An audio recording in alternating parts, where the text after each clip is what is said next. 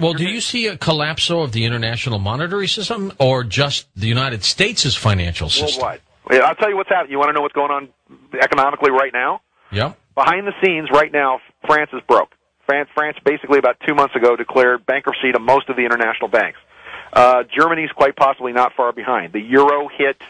I've been doing some forex trading, and we had a really bad day because the euro hit $1.47 and change. That means that with the euro going up, that means that they can't export anything. That means the French and the Germans they're screwed. They can't export anything to anywhere else in the world. That also means that with the U.S. economy tanking and with the U.S. dollar plunging to new lows, that means that you now have BMW moving factories into the United States. You now have Boeing getting contracts. You have Airbuses now being moved into the U.S. because the dollar is so cheap here. Well, that's a good thing, right? It is in one aspect because we've kind of become the new Guatemala, if you will. You mean our workers will become those lower paid workers? Well, because what's happened because of the dollar, because the dollar is tanking. Back in March of 2006, they took the Federal Reserve note off the M3 index, and once they did that, they didn't have to explain to anybody how much currency was actually in circulation. That was the only thing because that index had all kinds of things that went. I mean, wages went against it, prices went against it. People could have sort of an idea as to how much money is in circulation, and they basically just said, "We're not going to tell you how much money is in circulation."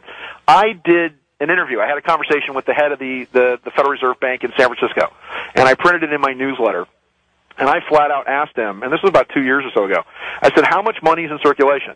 And he said, I don't know, about $650 to $700 billion cash is actually in circulation. And I said, what's the national debt? And he said, well, it's about $8 trillion. And I said, what does the national debt have to be paid in? And he said, well, Federal Reserve notes. It's like, well, how are we supposed to pay the national debt when there's not enough money in the world to actually pay it? And he said, I don't know. And, eloquent answer, I don't know. He said, we're going to go to some kind of credit debit system where they're not even going to bother printing the money anymore. It's going to be photonic.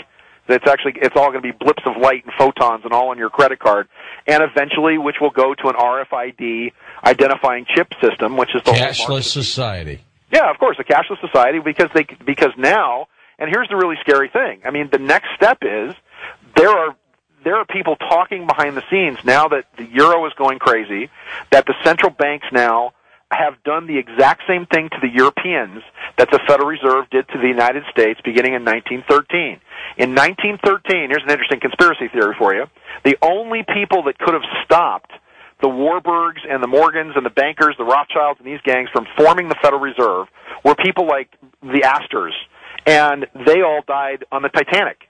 So the minute all the wealthy people die on the Titanic, it then allowed them to set up the central bank and set up the Federal Reserve in 1913. Now, there's not another conspiracy there. Oh, there is, but it has to do with them withholding reports and the prize that was given to the captain for making the crossing in record time and sailing right into an ice field. But the Astors died, and that allowed them to all meet at Jekyll Island and form the Federal Reserve and basically get complete control of the money supply. It took them 20 years, from 1913 to 1933, to bankrupt the government of the United States.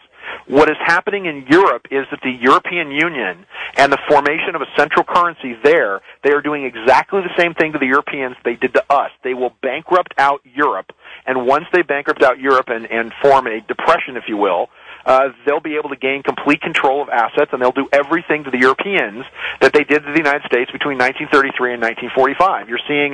You're just seeing an acceleration of that process now. And with France, and France is done. I mean, you'll see riots in France by the end of this year. By January, February, you'll see riots in Paris. You'll see riots all over because their entire social structure is going to completely collapse. The country's bankrupt. They can't export anything. Germany's the same way.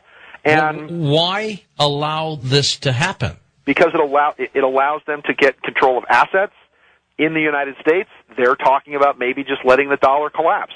And if the dollar collapses in the United States, then that means if the U.S. dollar is worth the same as the Canadian loon and tune, and if it then becomes worth the same as the peso in Mexico, they're already minting the Amero out of Denver. You're right. Which means that they then replace the currency, and over and over again, I've been saying that the currency for North America, for the NAU, the North American Union, again, something I've been talking about since the Vajra Chronicles of 1994, that the NAU will be the United States, Mexico, and Canada, and they introduced the Amero, and the Ameros are silver, and they'll all be backed by silver. And you just saw silver hit my other benchmark, which was $15. I talked about it before. Yep. I started recommending silver on the program back when it was $3. Then I said it was going to go to 9 by Christmas of 2005. Then I said it was going to go to 13, and it went to 13. Now it's up to 15.33. Silver's going to hit $30 by next year. You'll see silver at $30, and you will see gold. Here's a major prediction for you kids. But let's talk about a year from now. Let's project out a year. Let's call it spring of 2008, but you'll see gold, and I never thought I would say this because I always figured when gold hits about 800 or 850, it's like the speed of light. The bigger gold gets, the more gold just seems to appear. Get the number out. How much? I'm talking $1,200. Wow.